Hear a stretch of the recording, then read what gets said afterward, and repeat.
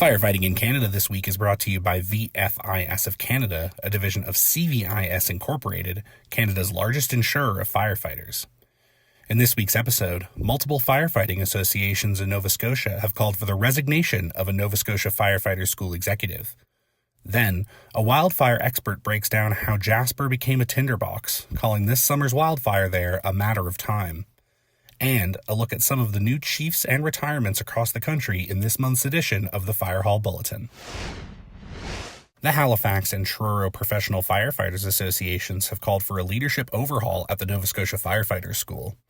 In media statements released on September 6th and 7th respectively, the organizations called for the resignation of Executive Director John Cunningham and for the province to take control of the school moving forward.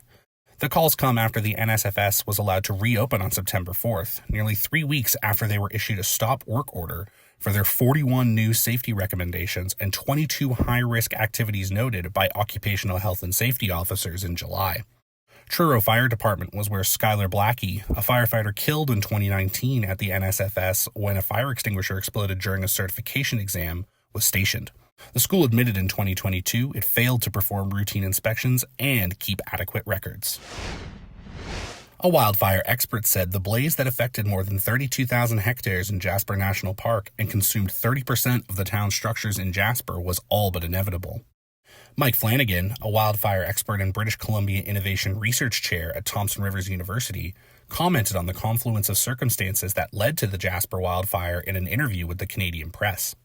He highlighted the presence of the three valleys allowing for easy fire movement, the preceding 3 weeks of hot and dry weather leading up to the wildfire, and the lightning strikes that ultimately sparked multiple blazes on July 22nd. Flanagan discounted the mountain pine beetle infestation playing any significant role in the wildfires, instead identifying that any community in Canada surrounded by conifers, like Banff, Alberta, was at risk for a similar fire. He recommended an after-action review of the wildfire response and called for mandatory fire-smart programs in high-risk locations, such as the valley to the west of Jasper, to mitigate future wildfires. There were multiple new fire chiefs hired or promoted to close out summer 2024, as well as some that are hanging up their helmets.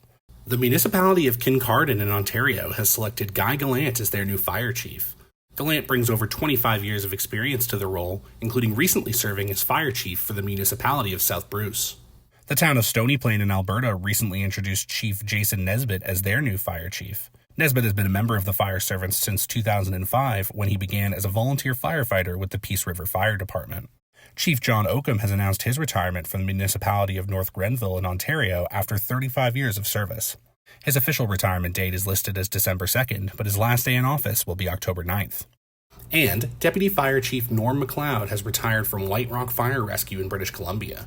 Beginning his career as a firefighter with Mission Fire Rescue Service in 1988, MacLeod has also worked closely with the Greater Vancouver Fire Chiefs Association, the Fire Chiefs Association of British Columbia, and the Canadian Association of Fire Chiefs. Thanks again to VFIS of Canada, a division of CVIS Incorporated, Canada's largest insurer of firefighters. Stay tuned for our next episode on Friday, September 27th.